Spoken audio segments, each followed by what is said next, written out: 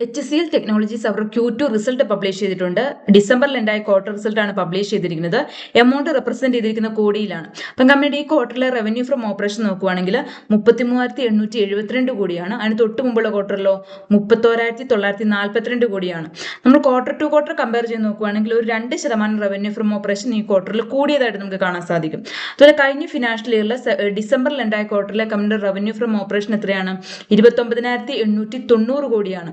നമ്മൾ year to year compare ചെയ്ത് നോക്കുകയാണെങ്കിൽ ഒരു 13% റവന്യൂ ഫ്രം ഓപ്പറേഷൻ ഈ വർഷം കൂടിയതായിട്ട് കാണാം. അതുപോലെ കമ്പനിയുടെ ടോട്ടൽ എക്സ്പെൻസ് നോക്കുകയാണെങ്കിൽ ഈ ക്വാർട്ടറിലെ കമ്പനിയുടെ ടോട്ടൽ എക്സ്പെൻസ് എന്ന് പറയുന്നത് 27,792 കോടിയാണ്. അതിന് തൊട്ട് മുമ്പുള്ള ക്വാർട്ടറിലോ 26,655 കോടിയാണ്.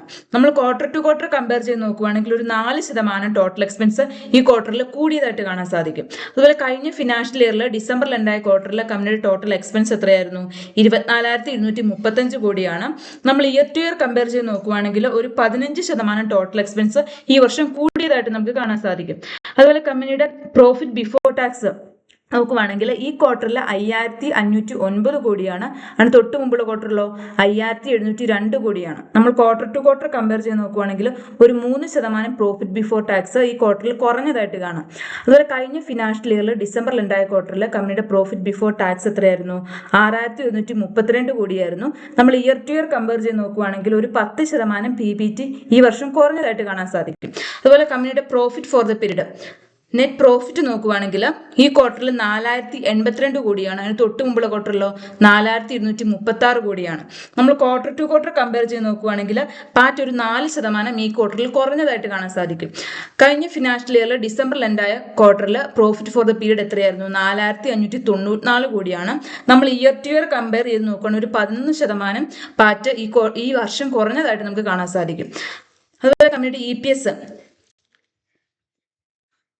കമ്പനിയുടെ ഏണിംഗ് പെർ ഷെയർ നോക്കുവാണെങ്കിൽ ഈ ക്വാർട്ടറിൽ 15.06 പൈസയാണ്. അതിന് തൊട്ട് മുമ്പുള്ള ക്വാർട്ടറിലോ 15.63 പൈസയായിരുന്നു. നമ്മൾ ക്വാർട്ടർ ടു ക്വാർട്ടർ കമ്പയർ ചെയ്ത് നോക്കുകയാണെങ്കിൽ ഒരു 4% EPS ഈ ക്വാർട്ടറിൽ കുറഞ്ഞതായിട്ട് കാണാൻ സാധിക്കും. അതുപോലെ കഴിഞ്ഞ ഫിനാൻഷ്യൽ ഇയറിൽ ഡിസംബറിൽ എൻഡ് ആയപ്പം കമ്പനിയുടെ EPS എത്രയായിരുന്നു? ഏണിംഗ് പെർ ഷെയർ 16.94 പൈസയാണ്. നമ്മൾ ഇയർ ടു ഇയർ കമ്പയർ ചെയ്ത് നോക്കുകയാണെങ്കിൽ ഒരു 11% EPS ഈ വർഷം കുറഞ്ഞതായിട്ട് കാണാൻ സാധിക്കും.